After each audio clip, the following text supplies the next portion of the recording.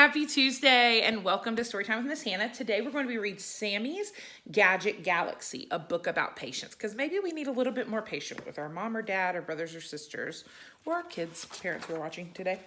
So, Sammy Stewart's Sprocket Springs built the most amazing things, things with wings and radar rings and spools of sparkly silver springs.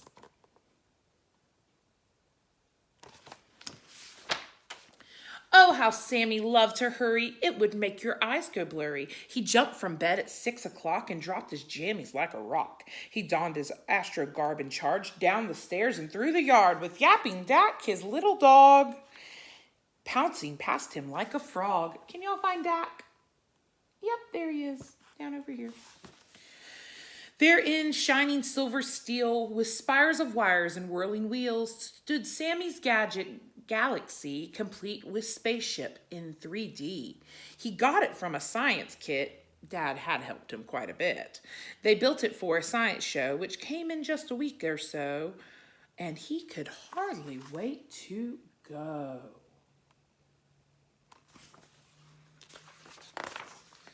He hopped inside his rocket ship and gave them power grip a flip. The monstrous motor roared to action, grinding gears with turbo traction.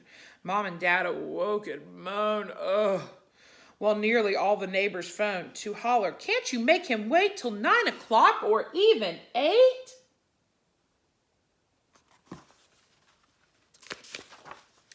Sammy switched to Mega Drive. The rocket boosters came alive. Zoom-a zam, boom-a blam. Around the yard spun screaming Sam until ka-chug, the motor quit.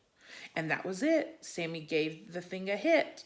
A bright white light flashed on and said, your Gotron power pack is dead. Oh no. Sam hurried back upstairs and waking Dad in deep despair, he shrieked aloud, emergency! My spaceship needs a battery! You'll have to wait, his father said. Be patient, please. Go back to bed.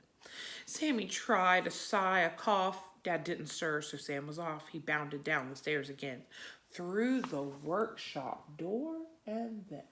Did his dad tell him to go to the workshop? Knowing he was not allowed, he crept as quiet as he cloud, across the cluttered workshop bench, over ratchet, rasp, and wrench, and there, up high as he could see, there sat the Gotron battery. He reached and stretched, he groped, he fumbled, he wobbled and bobbled and bumbled and stumbled, and clatter, crash, crash! It all came down on top of Sammy on the ground. Ooh, Sammy's gonna be in trouble. Mom and Dad burst through the door with no idea what lay in store. They stared, they glared, they saw the floor. Sammy stood there saying, oop, amidst the gadget soup. You'll have to pick this up, said Dad. His head was clearly feeling bad. Put every piece back on the shelf, and maybe you'll convince yourself a little patience isn't bad. It sure would make your parents glad. So now poor Sammy Sprocket Springs scraped up the screws and straps and strings, the wires and wheels and boinga-bobs, the spheres and gears and knick-knack knobs, one by one, bit by bit, finding where each piece should fit, while little Dacky scratched his back and yawned and gave his lips a smack. Suddenly, a brilliant idea occurred to Sammy on the spot. Why don't we get some robot help? Dak agreed. Yip, yip, yip. The chore-o-matic cleanup droid, it's just the thing to help avoid picking up this mess by hand. I'm sure that Dad would understand. He's quite an inventor. So, from its creepy closet void, Sammy drove the giant droid. He smacked the switch marked clean up floor, and now how the droid began to soar. It scooped and scraped and made a stack. It placed things back upon their rack. Sammy drove and Dacky smiled as chore-o-matic fixed and filed. Wouldn't that be nice to have around the house? But Sammy thought, it's still too slow. Let's see how fast this thing will go. We don't have all day, you know. And feeling like a pickup pro, he gave the speed control a blow. And then, Oh, no! The cleanup droid let out a roar. Fire and smoke began to pour. Rockets blasted out the floor, and zoosh, it thundered through the door. Across the lawn and down the street, over cars and fresh concrete, over flowers, fences, fields. It shoved and shattered with its shields. Oh, my goodness. He's going to be in so much trouble. Around it spun and headed back with screaming Sam and Dizzy Dak. The droid destroyed with roaring wrath, and there, directly in its path, was Sammy's Gadget Galaxy, his precious project in 3D. Crumble, rumble, blam, and crash. You should have seen the awful clash. Twisted, blistered, buckled steel, a blinding blend of wing and wheel, and trapped inside those thrashed things was Sammy Stewart's sprocket springs.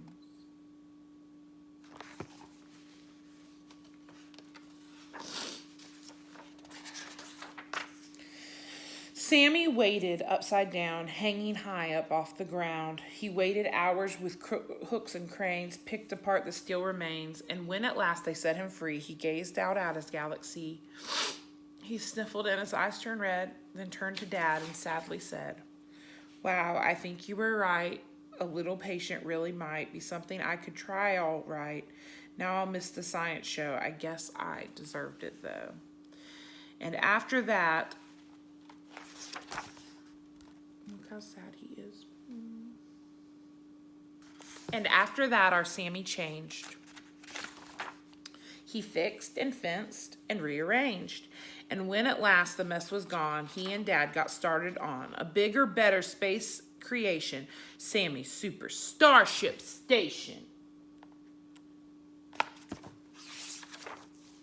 But if you want to see it go, you'll have to wait 10 years or so, 'cause Sammy's patience grew so well.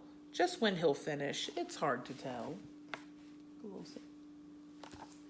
Finishing is better than starting. Patience is better than pride. Ecclesiastes 7:8.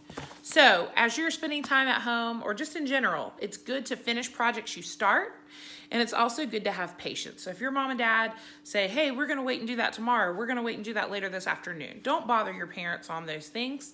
Instead, learn to grow in some patience, which is one of the character traits that God, through his Holy Spirit, helps us to have.